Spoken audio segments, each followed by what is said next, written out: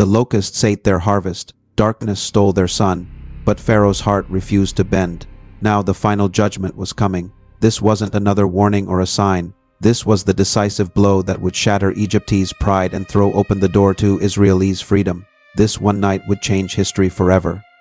God told Moses, "I will bring one more plague upon Pharaoh and upon Egypt.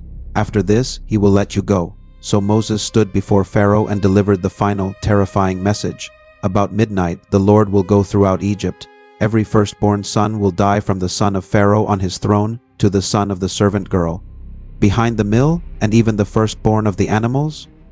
A great cry would rise across Egypt, a sound of agony never heard before or since. But among the Israelites, God said, not even a dog would bark. The difference between God's people and Egypt was about to become terrifyingly clear. But even then, Pharaoh's heart remained hard as stone. Before the judgment, God provided a way of escape, a covering of mercy. He commanded every Israelite family to take a perfect, unblemished lamb, sacrifice it at twilight, and paint its blood on the doorposts of their homes. God's promise was simple and powerful. When I see the blood, I will pass over you.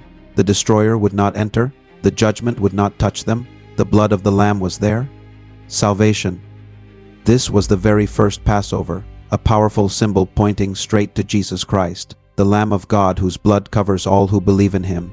God also told them how to eat this meal, with their sandals on, staff in hand, and ready to move. They were to eat in haste, because the moment the final plague struck, freedom would arrive. In an instant, deliverance was no longer a distant hope. It was here. And then at midnight it happened. The Lord struck down every firstborn in Egypt, Pharaoh's heir, the prisoner's son, the servant's child, the firstborn calf in the field. A gut-wrenching cry of devastation echoed through the land. There wasn't a single Egyptian house that didn't have someone dead. The so-called gods of Egypt were powerless. Pharaoh himself was brought to his knees.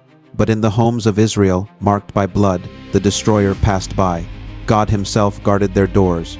Broken and defeated, Pharaoh finally summoned Moses and Aaron. "Get out," he cried. "Leave my people. Go, worship your Lord as you asked."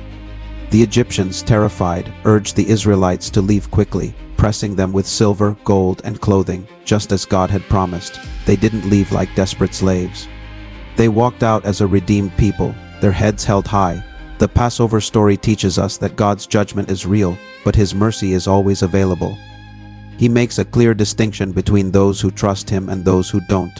Just as the lamb died in Egypt, Christ, our Passover lamb, died for the world. The blood on the doorposts was Israel's shield. Christ's blood is our shield today. The final plague wasn't